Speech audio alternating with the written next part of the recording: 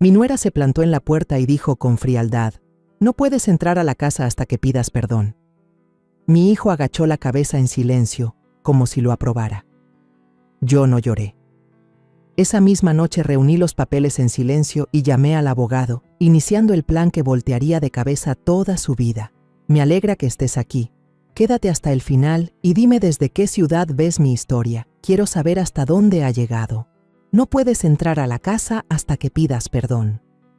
Esa frase, esa voz, ese instante, no llegaron con gritos ni portazos.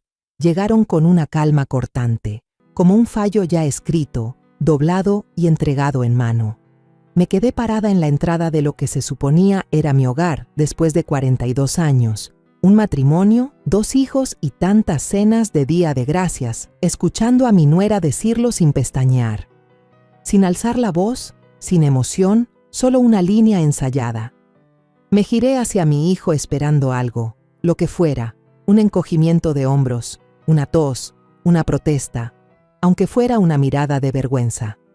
Pero Santiago solo miraba las tablas del suelo como si de repente fueran fascinantes. Con los brazos cruzados, no dijo nada. «Traje las cajas de fotos», dije. «Las del ático, dijiste que querías revisarlas». «Revisaste nuestras cosas, mamá», interrumpió Claudia, sin pedir permiso. ¿Nuestras cosas? Miré las 2 cajas viejas en el porche, el uniforme militar de mi esposo, las fotos de bebé de Santiago y Angelina, las cartas de mi madre, todo guardado en mi ático, en mi casa. Bueno, en nuestra casa, supongo. Desde que Santiago empezó a pagar los impuestos hace 10 años y pusimos el título a nombre de los 2 por conveniencia legal. No pensé mucho en eso entonces. Recién había enterrado a Hassen y Santiago dijo que sería más fácil, ese tipo de fácil que no parece traición hasta que ya es tarde. No estaba husmeando, dije en voz baja. Estaba preservando. Ese uniforme, Hassen lo cuidó 40 años. Pensé que a Angelina le gustaría tenerlo. Claudia se rió, breve, sarcástica. Angelina ni siquiera recuerda a tu esposo. Tenía 6 años cuando murió. Y no actúes como guardiana de la historia familiar solo porque acumulas cajas llenas de polvo. Santiago aún no levantaba la mirada. Empujé una de las cajas con la punta del zapato. Me voy, dije. Pero no pienso disculparme por recordar a los que me amaron. Claudia cruzó los brazos. Entonces no eres bienvenida de vuelta hasta que lo hagas. Era tarde. La calle estaba en silencio. Ese silencio raro que tienen los suburbios en agosto, cuando las clases aún no empiezan, pero el verano ya se siente cansado. Me agaché despacio, las rodillas crujiendo como tablones, para levantar la otra caja. Ni una palabra de Santiago, ni un gesto. Al bajar del porche vi la ventana de la sala, el lugar donde Hassen solía sentarse con sus crucigramas y un plato de cacahuates. Las cortinas eran otras, los muebles también. Nada de él quedaba ahí. Caminé hacia mi coche.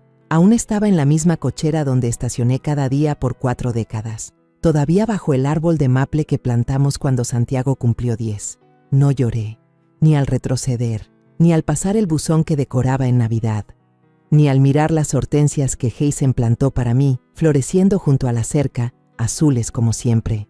No lloré. Pero algo en mí, algo duro y paciente, se movió. Para cuando doblé hacia la avenida, ya había decidido.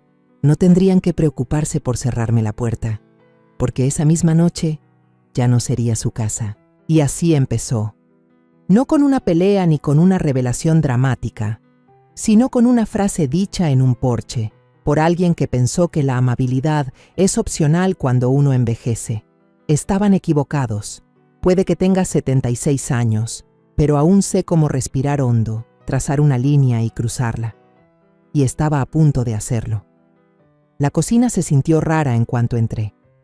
Demasiado callada, demasiado ordenada. Como un escenario armado para parecer habitado, pero vacío. Puse las cajas sobre la mesa y me quedé ahí un momento, sosteniendo los bordes como si fuera a levantarlas de nuevo, empujarlas lejos o gritar contra ellas. Me senté en la silla más cercana a la ventana. la que aún crujía como solían hacerlo las rodillas de Hassen. Afuera, el patio parecía detenido en el tiempo.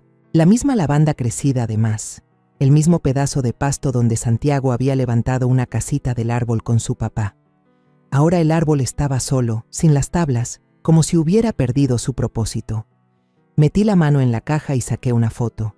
Santiago, de 10 años, sonriendo tan grande que parecía no tener espacio para la tristeza. Le faltaba un diente, un calcetín arriba y otro abajo, mi letra al reverso. Cumpleaños de Santiago, pastel de chocolate, día con viento. Guardé esas cosas por décadas, no por su valor, sino porque eran pruebas. Pruebas de que había estado, de que había amado, de que trabajé, cociné, lloré, pagué cuentas, tapé goteras y me quedé en cada noche de fiebre, de pleitos y de miedo. Y hoy todo eso se resumía en una frase: no puedes entrar a la casa. Fui al gabinete y me preparé un té, más por costumbre que por necesidad. La tetera silbó y yo miré la flama, viéndola bailar como una pregunta que no me atrevía a soltar. Cuando Hassen murió, fue de golpe. Una embolia. Un instante estaba a mi lado, tomando sopa y leyendo en voz alta alguna nota ridícula, y al siguiente se había desplomado, la cuchara golpeando el plato. Le sostuve la mano mientras llegaba la ambulancia. Nunca olvidé lo frío que se sintió el cuarto después de que se lo llevaron, como si el duelo cambiara hasta el aire. Los meses siguientes fui una sombra. Gente que venía, gente que se iba, cazuelas que aparecían y desaparecían. Santiago ayudó con los papeles del banco, el seguro, los impuestos. Era bueno entonces, atento, o quizá yo necesitaba que lo fuera. La casa se volvió más silenciosa, no vacía, solo más delgada, como si las paredes hubieran soltado el aliento. Volví a dar clases a medio tiempo, a ayudar en la biblioteca, a tejer para los recién nacidos del hospital. Seguí moviéndome, no sabía hacer otra cosa. Luego apareció Claudia. Hermosa, eficiente, el tipo de mujer que nunca olvida un cumpleaños, pero siempre olvida escuchar. Desde el inicio, me trató como un estorbo momentáneo, un resto de la versión anterior de Santiago que ella quería borrar. Traté de ser amable, de no estorbar. Nunca opiné de la decoración, ni siquiera cuando pintó encima del mural que Hassen había hecho para el cuarto de Angelina. Me lo tragué todo, porque veía feliz a Santiago, porque Angelina era chiquita, porque creí que algún día la bondad alcanzaría. Pero la bondad no es contrato, no te da nada firmado y al parecer ni siquiera te abre la puerta. Regresé con mi té a la mesa y miré de nuevo las cajas. Cada objeto tenía un peso, un costo. No veía recuerdos, veía pruebas de todo lo que puse en esa vida, en esa casa, en ellos. ¿Y querían una disculpa? ¿Por qué? ¿Por guardar memoria? ¿Por no desaparecer en silencio? Unos golpes en la puerta me sacaron de mis pensamientos. Me quedé inmóvil un segundo y luego me levanté. Era Bárbara, mi vecina de casi 30 años, la que aún me llevaba jitomates en verano y me decía, Bim, como cuando teníamos 25. Te vi llegar, dijo, extendiéndome una cajita. Pay de durazno recién hecho. Bárbara, dije con la voz temblorosa, tú siempre apareces cuando el mundo se derrumba. Sonrió, pero sus ojos eran filosos. Te ves cansada. Lo estoy. ¿Quieres hablar? Aún no. Asintió. Bueno, come. Luego hablas. En ese orden. Tomé el pay, lo dejé en la barra y la vi cruzar de regreso el jardín. Tenía un mensaje en la contestadora, de Angelina. Hola, abuela. Papá dijo que no te sentías bien. Solo quería decirte que te quiero. Llámame si necesitas algo. No me sentía bien. Solté una risa apagada, amarga. Ya estaban reescribiendo la historia, pero qué lástima para ellos. Yo seguía teniendo la pluma. Hassen y yo compramos esta casa en la primavera de 1981. Costó más de lo que podíamos pagar y tenía menos espacio del que queríamos. Las tuberías silbaban, el techo goteaba en la esquina sureste y el pórtico se inclinaba como si guardara un secreto. Pero era nuestra. Firmamos los papeles con las manos temblando y una emoción nerviosa, esa mezcla de miedo y necesidad que llega cuando uno hace algo arriesgado. Él me cargó en brazos al cruzar la puerta, como en una película tonta. Ni siquiera habíamos sacado los platos de las cajas. El linóleo de la cocina ya se despegaba en las orillas, y recuerdo a Hassen agachado con un martillo, intentando clavar de nuevo el borde mientras yo sostenía una bolsa con sopas enlatadas y una botella de vino barato. Me miró y dijo: «Arreglaremos este lugar, Wim. Lo llenaremos con nuestras vidas». Y así fue. Encontré ese recuerdo en una libretita manchada en el fondo de una caja. Hassen solía escribir ahí sus listas de pendientes, como un hombre que planeaba vivir para siempre. Válvula del cuarto de lavado, cambiar barandal del pórtico, aceitar el cerrojo del portón y debajo de todo, en letra más pequeña y casi tímida, planear fin de semana de aniversario, llamar a la florería. Cerré la libreta y miré las paredes de la cocina. Nada aquí era hermoso según las revistas, pero cada rincón era nuestro. El rayón en el azulejo junto a la estufa cuando Santiago dejó caer una sartén de hierro. Las perillas disparejas de la despensa que Hassen compró en una venta de garage, convencido de que tenían personalidad. La luz entrando a la mesa justo a las 4:10 de la tarde todos los días del año. No eran adornos, eran pruebas. Yo estuve aquí. Yo viví aquí. Y ahora querían sacarme de mi propia vida como si fuera una visita incómoda. Cuando Santiago tenía 9 años, se rompió el brazo al caerse del columpio en el patio. Hassen trabajaba tarde esa noche y yo lo llevé cargando al carro, le envolví el brazo con una toalla y manejé 45 minutos hasta la sala de emergencias más cercana que aceptaba nuestro seguro.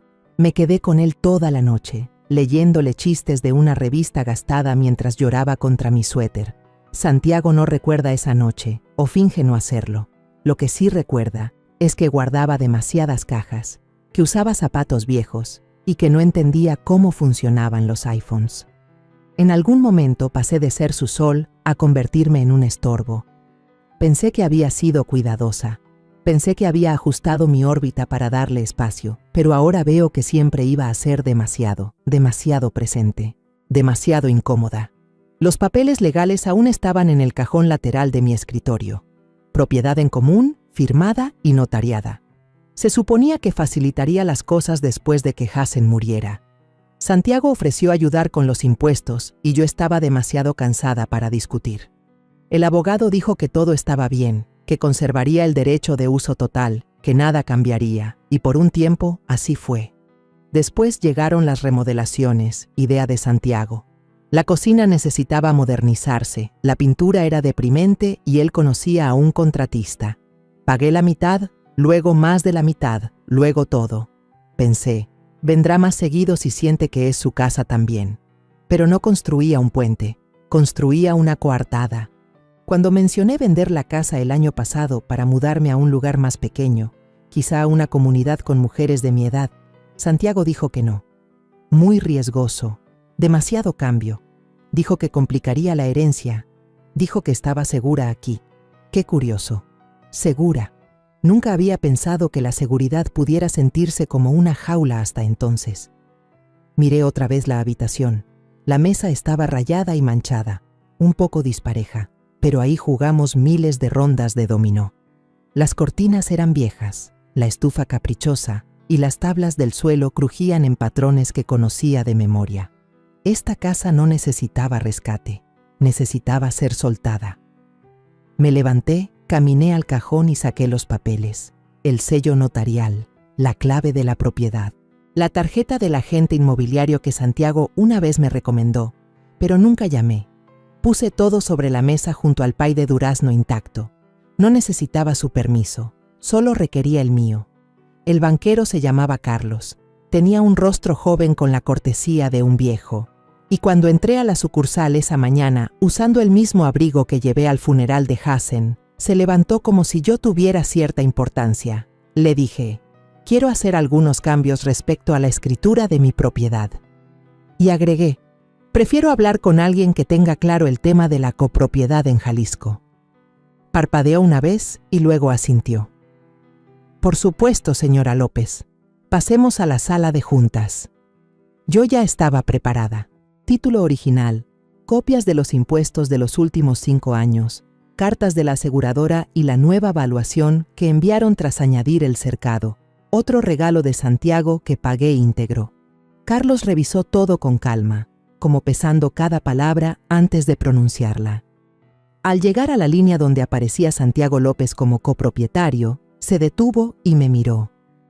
¿Ha habido algún desacuerdo?, Zrenia preguntó.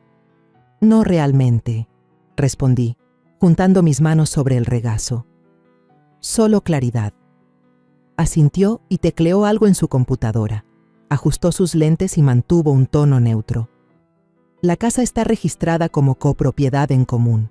Eso significa que su parte es suya para disponer de ella como quiera. Puede vender su participación o la propiedad completa si la otra parte accede, o iniciar un proceso legal si no. Sonreí, delgada y ensayada. No quiero pleitos, Carlos. Solo deseo vender la casa. ¿Y su hijo? ¿Firmará? Zrenia deslicé un papel hacia él. Aquí está el registro de todos los pagos de hipoteca que he hecho desde que murió Hassen. Aquí el préstamo sobre el valor de la casa que tomé para pagar la maestría de Santiago. Aquí el acuerdo firmado donde él y yo establecimos que tenía derecho a vivir en la casa hasta mi muerte o hasta venderla, lo que ocurriera primero. Carlos leyó el documento. Esa cláusula ayuda. Técnicamente, si usted decide vender, él no puede impedirlo. Puede objetar la valuación, pero no la venta. Asentí. Entonces quiero una valuación completa, lo más pronto posible. Pagaré lo que sea necesario para agilizarlo. Carlos tomó nota. Conozco buenos valuadores que podría recomendar, pero para dejar claro, ¿piensa vender la casa familiar? No vendo una casa, respondí. Vendo el derecho a borrarme de mi propia vida. Levantó la vista, pero guardó silencio. Carlos, le dije, ¿alguna vez ha caminado por su cocina y descubierto que alguien más acomodó cada cajón? ¿Alguna vez se ha sentado en su mesa y sentido que era un invitado? No respondió. No hacía falta. Salí del banco con una lista de evaluadores y una cita para el viernes. 2 días después. Crucé a la cafetería frente a la sucursal y me senté junto a la ventana. Pedí té, aunque hacía demasiado calor para tomarlo. Observé los autos pasar. El celular vibró. Un mensaje de Santiago. Angelina quiere pasar este fin de semana. Te extraña. Por favor, no hagas las cosas incómodas. Sin disculpa. Sin preguntar cómo estaba. Solo la petición de que me portara bien. No contesté. En su lugar, abrí mis contactos y encontré el nombre del abogado que Hassen y yo usamos al redactar nuestro primer testamento. Juan Castillo. Según la página web, seguía en activo. La recepcionista contestó en el segundo timbrazo. Despacho Castillo y Bell. Mi nombre es Bimorí López, dije.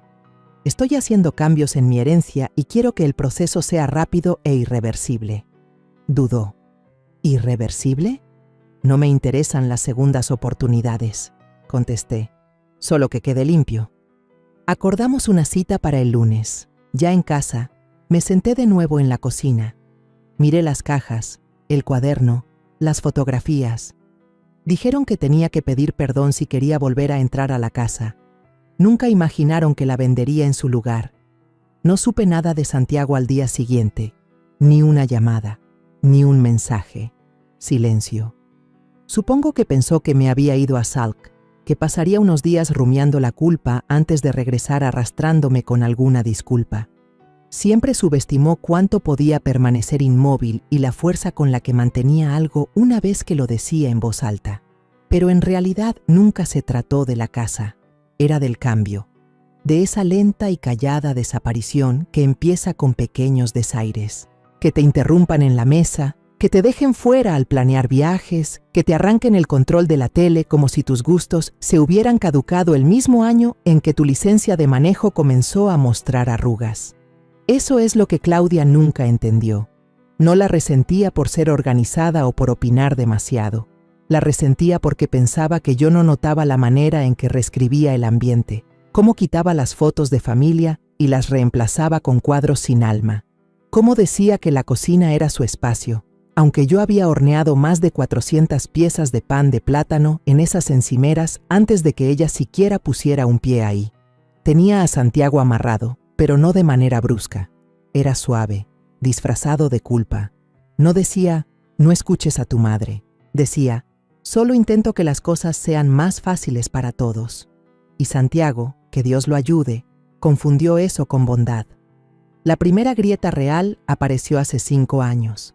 Angelina acababa de cumplir 16 y me ofrecía ayudar con su primer coche, algo usado, pequeño, seguro. Había guardado ahorros de un trabajito que tomé organizando archivos en la biblioteca. Se lo conté a Claudia mientras tomábamos café. Ella sonrió con cortesía y dijo: «Gracias, Bimorí, pero queremos enseñarle a Angelina el valor de ganarse las cosas», lo cual habría sido noble si no le hubieran comprado un Honda Civic nuevo la semana siguiente como sorpresa. No me molestó que no necesitaran mi dinero, me dolió que no quisieran mi ayuda. Hassen solía decir que la gente deja de escuchar a sus madres en cuanto encuentran a alguien que los adule mejor, y supongo que tenía razón. Claudia sabía cómo alabar, sabía cómo decir «eres tan inteligente y tan proveedor», con ese tono justo en su voz. Santiago brillaba bajo esa luz como un girasol, y yo era la sombra. Dejé de llevar panqués a su casa, nunca se los comían. Dejé de ofrecerme a cuidar a Angelina cuando iba a la secundaria. Contrataron a alguien más estructurado. Dejé de dar regalos de cumpleaños que ellos no hubieran elegido antes. Y cada año el espacio que ocupaba se reducía, mis opiniones más calladas, mi rol más apagado, hasta encogerse en una sola palabra: disculpa. ¿Por qué? ¿Por preocuparme demasiado? ¿Por aferrarme a lo que ellos querían olvidar? No, gracias. El equipo de evaluación llegó el viernes por la mañana. 2 mujeres, eficientes, amables, un poco formales de más, pero recorrieron la casa con respeto, no con juicio. Una de ellas se detuvo en el pasillo, mirando la foto de Hassen con su uniforme. ¿Su esposo?, preguntó. Sí. Falleció en 2009, asentí. Tiene unos ojos muy nobles. Esa fue la primera cosa amable que alguien me dijo en semanas.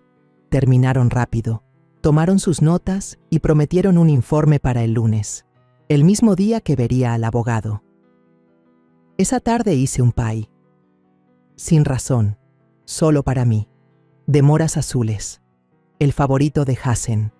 Me comí una rebanada caliente del horno, descalza en la cocina. El olor a azúcar y limón llenaba la casa como un canto. Y por primera vez en años no puse un segundo plato. Claudia nunca gritaba. Esa era su genialidad. Su filo venía envuelto en cortesías, sus cortes cubiertos de seda. Nunca fue un «no eres bienvenida aquí». Era más bien un «quizás te sentirías más cómoda en tu propia casa». Nunca dijeron más. No queremos tu opinión, pero mantengamos las cosas simples esta vez. La primera vez que comprendí lo que ella pensaba de mí fue en la Navidad después de que Angelina cumplió 11 años. Había pasado una semana tejiendo una bufanda de lana gris, suave, con encaje delicado, un patrón que había memorizado en los 80. Angelina la abrió, parpadeó y sonrió con cortesía. Antes de que pudiera decir algo, Claudia se rió y comentó: «A la abuela le encantan sus proyectitos, ¿verdad?». Y así, el regalo se convirtió en una rareza, una reliquia, algo anticuado y sin valor. Esa noche la encontré colgada en el respaldo de una silla, olvidada. Nunca volví a tejer para ellos. Hubo otros momentos, cientos, desaires silenciosos que no cortan, pero dejan moretón igual. Una vez corrigió mi gramática a mitad de una frase mientras yo leía en voz alta una carta de Hassen. Otra ocasión puso los ojos en blanco cuando llevé mi propio pie al Día de Acción de Gracias, diciendo que quizá tendría demasiado azúcar para Angelina. Cosas sutiles, disfrazadas de ayuda, pensadas para encogerme sin enfrentamientos. ¿Y Santiago? Siempre se reía con nerviosismo, cambiaba de tema o decía: «Ella lo dice con buena intención». Pero yo sabía lo que era. Se siente cuando alguien espera a que dejes de ser necesaria. Traté de convencerme de que era cuestión de generaciones, que simplemente no entendía lo que significaba sostener un hogar en tus manos durante 40 años, que no era malicia, solo diferencia, pero hasta esa excusa se fue desgastando, porque en cierto punto ya no fue olvido, se volvió borrarme. Yo solía tener una silla en su sala, nada lujosa, solo un sillón viejo que habían tomado de mi estudio cuando quisieron un rincón de lectura acogedor. Me sentaba allí en las visitas, usualmente callada. Miraba a Santiago y a Angelina discutir sobre la universidad o reírse con un programa que yo no conocía. Un día llegué y ya no estaba. Cuando pregunté dónde se había ido, Claudia sonrió y dijo: no combinaba con el nuevo acomodo. Me ofreció asiento en la barra, en un banquito sin respaldo. Me quedé 5 minutos. Luego dije que estaba cansada y me fui temprano. Nunca preguntaron por qué. Así es como sucede. No con peleas, sino con sustituciones. Tu silla, tu guiso, tus tradiciones, tu espacio. Uno a uno, en silencio, se van apagando. Y cuando por fin hablas, cuando dices, ¿esto duele? O ¿no me siento bienvenida?, te miran como si la que hubiera cambiado fueras tú. Dijeron que exageraba, dijeron que malinterpretaba, pero cuando dejé esas cajas de fotos, las mismas que decían ocupaban demasiado espacio, y me encontré con la puerta cerrada en una casa que yo había pagado, todas las ilusiones se rompieron. No era un malentendido, no era una ficción, no me estaban sacando de la propiedad, sino de la historia. Ya no era la matriarca, no era conveniente. No supieron cómo desecharme con educación. Así que intentaron desgastarme con silencio y sugerencias. Y cuando eso no funcionó, me pusieron una condición: pide perdón. Supongo que pensaron que yo tendría miedo de perder lo último de pertenencia que me quedaba. Pero ese fue su error. Nunca temí perder mi lugar en su casa. Lo que temía era perder mi lugar en mi propia historia. Y ese miedo, bueno, ese miedo ya no existía. Me desperté a las 4:43 de la mañana, sin alarma, sin ruido. Solo ese despertar que llega cuando algo dentro de ti ya tomó una decisión mientras dormías. La casa estaba oscura y el aire tenía esa quietud previa al amanecer, donde el silencio pesa más de lo normal, como si supiera que algo está a punto de cambiar. Me senté mucho tiempo en la orilla de la cama, con los pies firmes en el piso, esperando que dejaran de temblarme las manos. Nunca lo hicieron. Aún así me levanté. No preparé café. Tampoco prendí la radio como de costumbre. Solo caminé despacio hasta la puerta trasera. Salí al porche y escuché. Las campanillas del vecino tintineaban sin viento.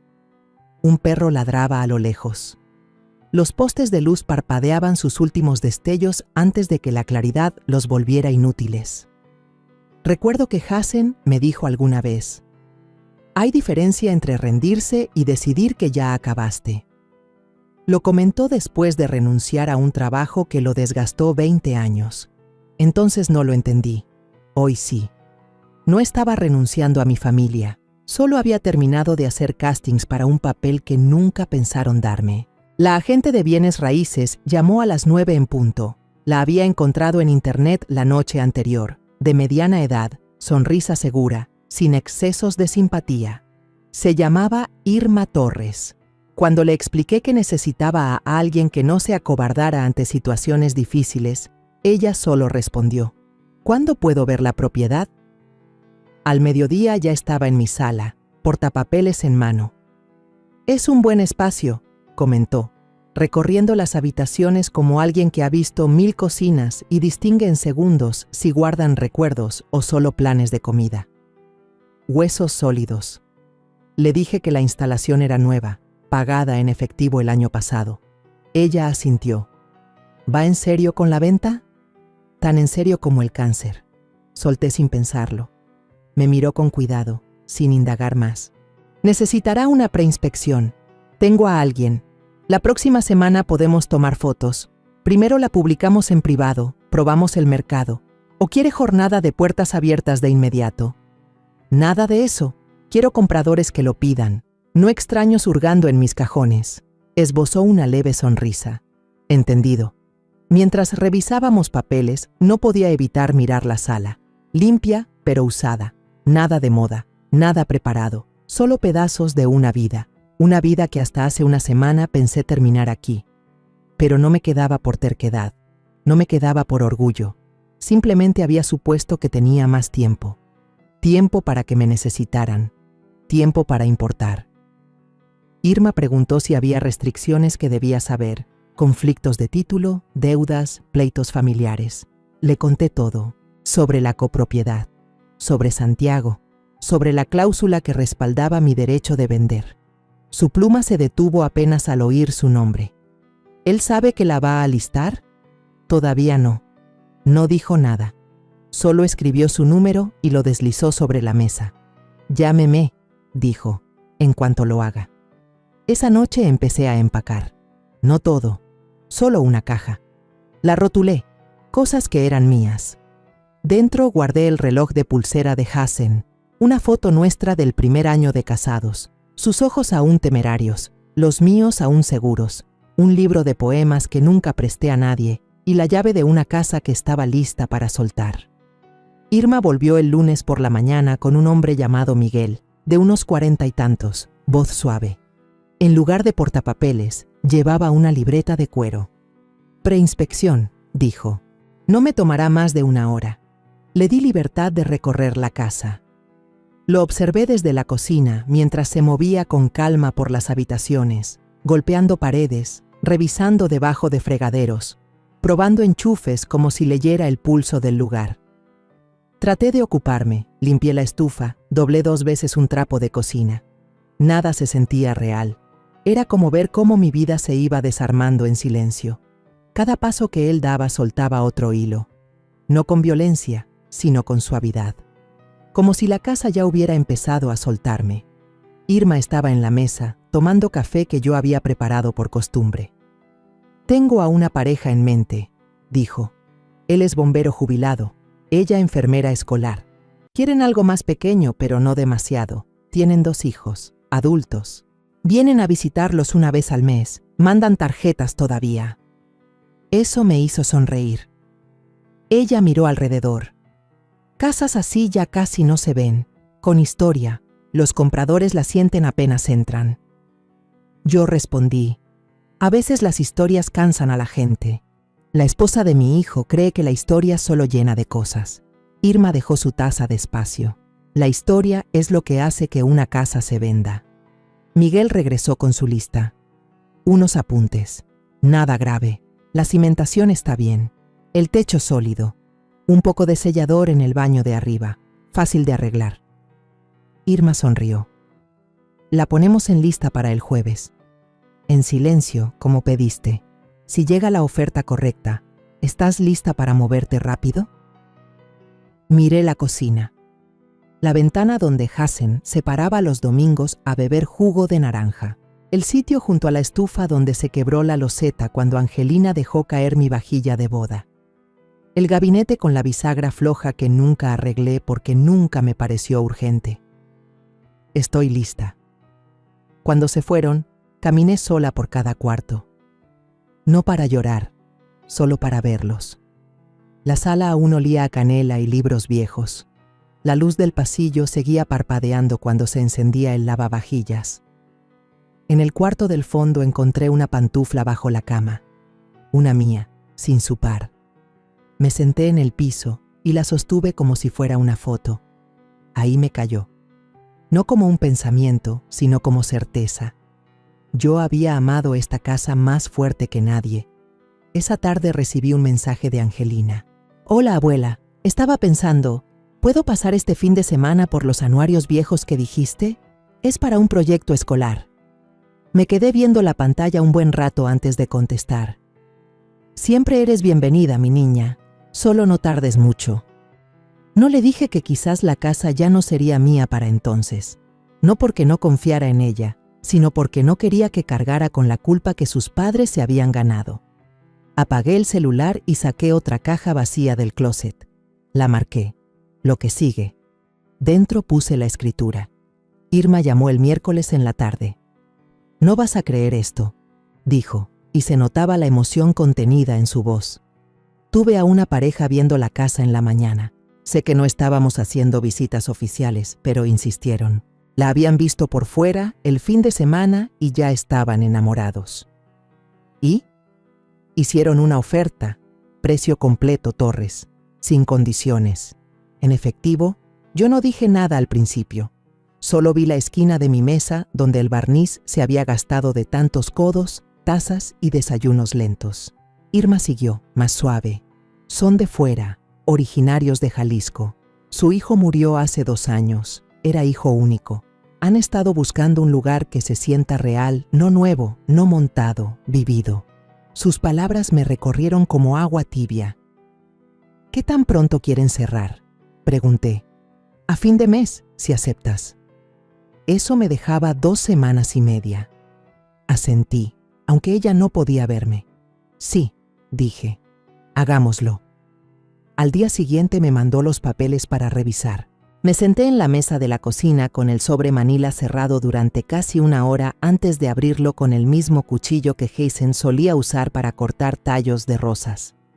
El contrato de compraventa era claro, directo y definitivo, y mi firma bastaría para soltar 42 años en apenas 2 trazos. Firmé. No lloré. En lugar de eso fui al closet del pasillo y saqué la caja marcada con las cosas que eran mías. Le agregué 3 objetos más. Una lista del mandado con la letra de Hazen. Una servilleta de tela manchada para siempre desde la última cena familiar antes de que Angelina se fuera a la universidad. La llave del cobertizo del jardín que él levantó con sus propias manos. Luego abrí otra caja, la marqué con "No se viene conmigo" y ahí puse el adorno de pared con la frase "Vive, ríe, ama" que Claudia se empeñó en regalarme. El mandil que Santiago compró en una tienda enorme con la etiqueta Torres aún colgando. Una vela con un aroma que detestaba pero fingí gustar porque Angelina la escogió. Esa noche preparé sopa sencilla, callada, sin necesidad de raciones extras ni de pensar en quién pasaría por ahí. Encendí una vela, no la que me regalaron, y me senté a la mesa con mi propio libro. A mitad de la cena sonó el timbre. Casi no abrí, pero al hacerlo, Angelina estaba ahí, con la sudadera sobre la cabeza, el cabello recogido en un chongo, la cara cansada pero dulce. «Hola, abuela», dijo. «Sé que debí llamar. Simplemente no tenía ganas de hablar con nadie más que contigo». Me hice a un lado para dejarla pasar. «¿Anuarios?», pregunté. Sonrió. «Eso y todo lo demás». Nos quedamos en la mesa 1 hora. 2. Me preguntó por Hazen, por la casa, por la vieja caja de recetas en la que solía hurgar de niña. La dejé hablar, la dejé sentir, hasta que miró alrededor y dijo: «¿Es raro que me sienta más en casa aquí que con ellos?». Le tomé la mano sobre la mesa. «No, mi vida», le dije. «No es raro en absoluto». Nunca preguntó por qué algunas fotos ya no estaban en las paredes. Tal vez ya lo sabía. La casa no se resistió a la mudanza. Creí que lo haría. Pensé que las paredes pesarían más, que los cajones se pondrían duros, que cada objeto susurraría «no te vayas al tocarlo». Pero no, todo se dio sin protesta, como si hasta la casa entendiera que ya era tiempo. Empecé en el closet de la ropa de cama. Toallas viejas, gastadas de tan suaves, sábanas con el centro delgado de tanto uso. Me quedé con 3 juegos. Doné el resto. Ya no había a quien impresionar con fundas de almohada a juego. La cocina fue más difícil, no por las cosas, sino por los rituales. La tetera astillada que Hazen me dio en nuestro 10º aniversario. El refractario que usaba en cada fiesta. Un cajón lleno de tuppers sin tapa. No eran simples utensilios, eran un andamio. La estructura en la que me apoyaba para fingir que todo era normal aunque no lo fuera.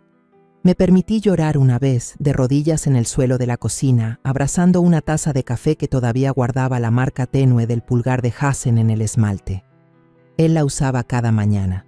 Nunca la lavé con fuerza, por miedo a borrarlo. La envolví en una toalla y la acomodé con cuidado en la caja marcada advertencias. Contraté a una mudanza, una compañía chica de aquí, 2 hombres en sus 30s. Uno con faja en la espalda que me decía señora hasta que le pedí que no. Fueron amables, cuidadosos y rápidos. No hicieron preguntas cuando señalé la pila de cajas marcadas solo bodega. Cargaron los muebles que conservé, una mecedora, un escritorio angosto, mi sillón de lectura favorito, y dejaron lo demás para que lo recogiera la donación. Aún no se lo había dicho a Santiago, al menos no de manera oficial. Él no me había buscado desde el mensaje sobre la visita de Angelina. Tal vez pensó que guardar silencio era más seguro. Quizá esperaba que yo lo dejara pasar, que lo tomara como un disgusto pasajero y me replegara otra vez al rincón que me habían asignado en la familia. Pero la familia había cambiado. No porque me fui, sino porque dejé de pedir un lugar en la mesa. Mi nuevo espacio era una casita rentada en la orilla del pueblo, pequeña, con una recámara, un porche sencillo y un jardín invadido por romero. Desde que crucé la puerta, olía a libros viejos y a cedro. Me enamoré al instante. Allí no había muerto nadie. Nadie había discutido por la cena, ni desinvitado a una madre de su propia cocina. Estaba limpio, honesto, vacío y era mío. Esa primera noche me senté en el porche con una taza de manzanilla, mirando cómo el viento acariciaba el arbusto de romero como si le peinara el cabello. No había faroles, solo la luz de la luna y las sombras. No me sentía triste, me sentía en calma, como si todo el ruido se hubiera ido para darme espacio. El teléfono vibró en la mesa a mi lado. Lo tomé sin prisa. Angelina, papá vio el anuncio hoy. Está perdiendo la cabeza. Quiere hablar. ¿Qué le digo? Miré el mensaje y escribí. Nada. Que sienta lo que sembró. Dejé el celular y dejé que el viento siguiera moviéndose. Angelina volvió el sábado siguiente, esta vez con una bolsa de papel llena de escones y un cartón de jugo de naranja. Para tu refri parece vacío. Lo está, respondí, pero a propósito. Se sentó en la mesita junto a la ventana, observando el espacio. Está lindo, dijo. Tranquilo, huele a libros y a sal. Son los estantes de cedro en la vieja ventilación, sonreí. Con el tiempo se suaviza. Angelina no mencionó la casa. Yo tampoco. Hablamos de sus clases, de su servicio social, del muchacho que le gustaba pero no confesaba. La dejé marcar el ritmo, entendiendo que ella necesitaba la normalidad más que yo. Pero al rato, bajó la mirada a su vaso y dijo en voz baja: «Están enojados, abuela, muy enojados». «¿Quiénes? ¿Tu papá? ¿Tu mamá?» «Sobre todo papá. Dicen que no es justo que los sorprendieras así, que estás siendo dramática». Asentí, sorbiendo mi té. Tienen derecho a sus sentimientos. Pero... levantó la vista. ¿No vas a explicarles? ¿Decirles por qué? Me recosté en la silla. Angelina, tu padre no quiere explicaciones. Quiere que deshaga algo que lo incomoda. No es lo mismo. Ella frunció el ceño. Dice que lo quieres lastimar, que lo estás castigando. La miré con calma. Corazón, si quisiera castigarlo, lo habría dejado con el predial. Angelina soltó una risa que se quedó atorada en la garganta, esa que no sabe si está bien soltar. Le tomé la mano. No hice esto para castigar a nadie, lo hice para dejar de castigarme a mí misma. Sus ojos se humedecieron, pero parpadeó rápido. Hay algo más, dijo sacando un sobre doblado de su bolsa. Llegó al buzón de la casa vieja. Mamá no quiso traerlo, así que lo traje yo. Lo abrí con cuidado. Era un aviso final del banco, confirmación de venta, registro de transacción y un formulario de verificación de fondos. Y pegada, una nota en letra que no reconocí. Te deseamos paz en lo que venga. Guardé la carta y la dejé a un lado. ¿Les dirás a dónde va el dinero?, preguntó en voz baja. No, a menos que pregunten. Y si lo hacen, les diré lo que es suyo, nada más. Más tarde, esa tarde, caminamos por el jardín detrás de la cabaña, crecido, fragante, lleno de vida. Angelina cortó un manojo de ramas de romero y las ató con un listón de su mochila. «Para tu nueva cocina», dijo. Las puse en un frasco de vidrio junto a la ventana, al lado del molde para pay y del viejo reloj que Hassen solía darle cuerda. Esa misma noche llamé al banco. «Quiero abrir un fideicomiso», le dije al gerente. «Para mi nieta, con todo el monto, interés a largo plazo y protegido». Él preguntó si quería poner alguna condición. «Solo una», respondí. «Que nunca tenga que pedirle permiso a nadie para usarlo». El primer mensaje llegó a las 8:17 de la mañana. Santiago. «Mamá, vi el anuncio. Necesitamos hablar». Después sonó el teléfono. Lo dejé sonar. Y sonar. Y sonar. Para las 9 ya había dejado un recado. «Hola mamá. Mira, no entiendo qué está pasando. No puedes simplemente vender la casa. Esa era la casa de la familia. Mi casa. Ni siquiera lo hablaste conmigo. Por favor, llámame». Para el mediodía, los mensajes se volvieron más duros. Estás siendo irracional. Esto no es propio de ti. ¿Qué intentas demostrar? Y luego, el que lo dijo todo sin decir mucho. Me has decepcionado de verdad. Me senté en mi pequeño porche con una taza de té tibio, releyendo esa frase. No con enojo, ni siquiera con tristeza, solo con claridad. Porque lo que realmente quiso decir fue: no te quedaste en la caja que te construimos. Te saliste, sin permiso. No respondí. Al caer la tarde, Claudia también se unió al coro. Mandó un mensaje largo y estructurado, como si estuviera redactando una queja formal. Entendemos tu dolor, pero decisiones como esta afectan a todos. Pudiste habernos involucrado en el proceso. Has desestabilizado la estructura familiar y generado confusión en Angelina. Esperábamos más de ti. Me reí, en voz alta, no con amargura, ni con crueldad, solo, con sinceridad. La estructura familiar de la que hablaban había sido de una sola vía durante años. Un puente con peajes que solo se cobraban de mi lado. Nunca preguntaron qué necesitaba, cómo me sentía, si era feliz. Asumieron que mi silencio era conformidad, que mi presencia significaba aprobación. Pero yo no era una estatua en la foto familiar. Era una persona, y por una vez había actuado como tal. También ignoré el mensaje de Claudia. Más tarde, cuando el viento empezó a soplar y las ventanas de la cabaña crujían en sus marcos, el teléfono volvió a sonar. Era Angelina. Contesté. «¿Saben del fideicomiso?», dijo en voz baja. Cerré los ojos. ¿Cómo? Papá se volvió loco después de que se procesó la transferencia del título. Empezó a revisar las alertas del banco, quizá esperando que fuera un error. Vio el movimiento. Llamó al banco. El gerente no le dio muchos detalles, pero obtuvo lo suficiente. No dije nada. Están furiosos. Nunca los había visto así. ¿Te dijeron algo directamente? Number hizo una pausa, pero me tratan como si fuera una extraña. Mamá ha estado fría. Papá sigue diciendo cosas como: esto es lo que pasa cuando se rompe la lealtad. Solté el aire despacio. No les debes ninguna defensa. Lo sé, pero es difícil, abuela. Los quiero, incluso cuando son así. Lo sé, mi vida. Hubo un largo silencio en la línea. Luego susurró: ¿Lo hiciste por mí? ¿El fideicomiso? Lo hice por mí, respondí. Y te incluí, porque siempre me has visto. Nunca me hiciste sentir pequeña. Otra pausa. Luego, en voz baja: gracias. Después de la llamada, finalmente escuché el recado de Santiago. Sonaba cansado, ya no enojado, simplemente confundida.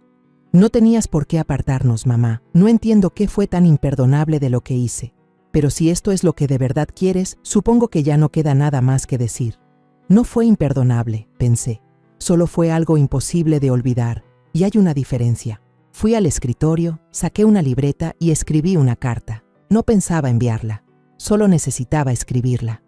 Querido Santiago, no te diste cuenta la última vez que puse la mesa para ti. No notaste cuando dejé de hacerlo. No preguntaste por qué me callaba. Solo agradeciste el silencio. No hiciste una gran crueldad. Hiciste cientos de pequeñas, y cada vez te perdoné sin decir nada. Eso no significa que no me debieras una. El amor no es una deuda que se cobra, Santiago. Pero el respeto sí. Ya no estoy enojada. Solo terminé de entregarme sin medida. Cuídate, mamá. Doblé la carta, la guardé en un sobre y la escondí en el fondo de un cajón. Algunas verdades no están hechas para enviarse, sino para escribirse y así dejar de cargarlas. El tren arrancó de la estación sin más. No fue una gran despedida, ni una multitud de adioses. Solo un suave avance y el murmullo constante del movimiento. Me senté junto a la ventana, con las manos alrededor del termo que Angelina me había dado en el andén. Manzanilla con un chorrito de miel. ¿A dónde vas, abuela?, me preguntó esa mañana. Al sur, respondí. A un lugar donde no tenga que justificarme. No discutió. Solo me abrazó fuerte, metió el té en mi bolso y dijo: manda una postal. La cabaña no era para siempre, tampoco el pueblo. Lo supe desde el inicio. No había huido para levantar un nuevo capítulo con dirección fija. Solo necesitaba espacio para respirar sin que la memoria ocupara cada rincón. Así que empacaba ligero. 2 maletas, un bolso de mano y un cuaderno. Sin fotos, sin cubiertos en juegos completos. Solo las cosas que eran mías antes de que alguien más las reclamara. El tren vibraba con suavidad, el ritmo de las vías como un corazón prestado por un tiempo. Tras la ventana, los árboles se abrían paso a los campos, y los campos a los pueblos. Cada paisaje fugaz era como un respiro. Vi a una mujer subir en la siguiente parada. Suéter gris, rostro surcado por los años. Un libro con la portada desgastada en las manos. Se sentó frente a mí y saludó con un leve gesto. No hablamos, no hizo falta. 2 horas después abrí el cuaderno. No de esos para dramas o poesía, solo uno común que encontré en la farmacia. De espiral, sencillo. La primera página estaba en blanco. Escribí, no soy una carga. Luego, no soy un plan de repuesto. Y al final, no me arrepiento. Fueron demasiados años intentando achicarme, encogerme para no incomodar, reprimiendo opiniones, tragando emociones como si fueran medicina amarga para mantener la paz. Pero la paz no se construye con silencio, se construye con verdad. Y la verdad era que había estado presente en cada Navidad, cada enfermedad, cada nuevo empleo, cada puerta que se cerraba de golpe, cada comida en la que se olvidaron de agradecer. Estuve ahí, solo dejé de ser vista. Ahora tendrían que vivir con esa ausencia, no como un castigo, sino como una realidad. Cuando el tren se detuvo en un pequeño pueblo costero, mitad cabañas, mitad niebla, bajé sin dudarlo. No tenía reservación. Solo un nombre anotado en un papelito que me dio una señora de la iglesia que dijo, «Te va a gustar este lugar. Está en silencio y nadie hace preguntas». Tenía razón. Encontré la posada, una vieja casa convertida en hospedaje con escaleras que crujían y cobijas pesadas, y pagué 3 noches en efectivo. La señora en la recepción me entregó una llave sin reparar en mi edad, en mis manos, ni en el hecho de no llevar equipaje. Habitación 4. Ventana mirando al mar. Esa noche caminé por la orilla con zapatos poco prácticos, dejando que el agua me mojara los tobillos. Nadie gritó mi nombre. Nadie me preguntó dónde había estado o qué pensaba hacer después. El cielo estaba abierto y respiré como si mis pulmones recordaran cómo hacerlo. De regreso en la habitación, me senté junto a la ventana y escribí una línea más en el cuaderno. Irse no es lo mismo que desaparecer, porque yo no había desaparecido. Simplemente había dejado de esperar ser invitada de nuevo. Me quedé en el pueblo costero más tiempo del que pensé.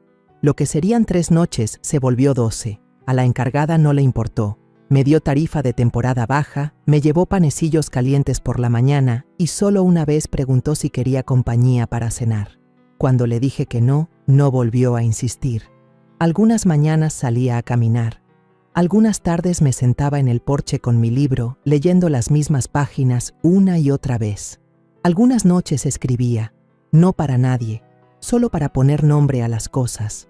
Nombrar siempre me había ayudado. Escribí sobre el olor de la franela vieja de Hassen, sobre la forma de la boca de Santiago cuando reía sin pensarlo, sobre las manos de Angelina, tan parecidas a las mías, solo más jóvenes y firmes. Escribí sobre la primera vez que me sentí rechazada y la última vez que intenté fingir que no dolía. Y luego escribí sobre la casa, sobre cómo la había amado y cómo dejó de quererme de vuelta. Eso fue lo más difícil de admitir, porque nos enseñan a creer que los lugares guardan nuestros recuerdos como museos, pero número. Los guardan como adictos, apilados, polvorientos y muchas veces inaccesibles. Y si la gente a tu alrededor deja de abrir esas cajas, empiezas a dudar si esos recuerdos alguna vez importaron.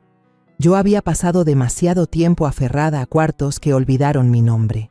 Ahora no necesitaba un cuarto, necesitaba espacio. Una mañana fui a la oficina de correos y envié un sobre pequeño a Angelina. Adentro iba una llave de una caja de seguridad y una nota escrita a mano.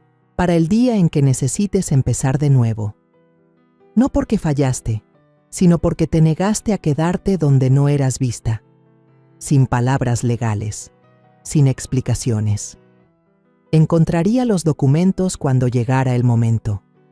El fideicomiso crecería despacio, en silencio, igual que la mujer que lo levantó.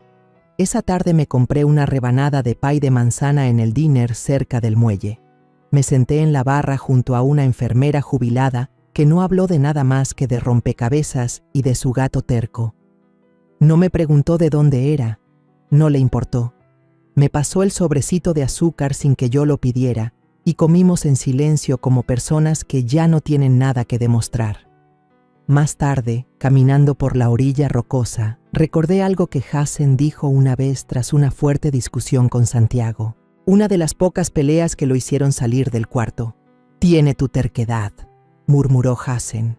«La única diferencia es que la tuya sabe cuándo dejar de importar lo que piensen los demás». En ese entonces pensé que era un insulto disfrazado de cumplido. Ahora sabía que era una profecía. Mi teléfono sonó solo una vez esa semana. Número desconocido. No contesté. Ya no tenía nada que explicar. Que se quedaran con la duda.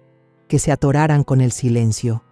Mi ausencia era el idioma más claro que había hablado en mi vida, y supe sin dramas ni justificaciones que ninguno de ellos, ni Santiago ni Claudia, tendría el valor de hacer la única pregunta que importaba. ¿Qué te hizo dejar de esperar a que te entendiéramos? Porque ya sabían la respuesta, solo que no pensaron que actuaría, pero lo hice. No con gritos, no con crueldad, sino por completo. No necesitaba que reconocieran el dolor, no buscaba una invitación tardía para volver al círculo. Lo único que requería era saber que podía irme con nada más que una maleta, un nombre y mi propia historia intacta. Y lo logré. Esa noche me quedé en la orilla del mar y di las gracias en voz alta, no a alguien en especial, solo al viento, solo a mí misma, por no rendirme. La casa se vendió un jueves. Irma me mandó un mensaje para confirmar. Fondos recibidos. Trato cerrado. Los nuevos dueños entrarían el lunes. No hubo festejo, ni copas de vino espumoso, solo una calma fresca en el pecho, esa que llega después de una respiración contenida durante años y finalmente liberada.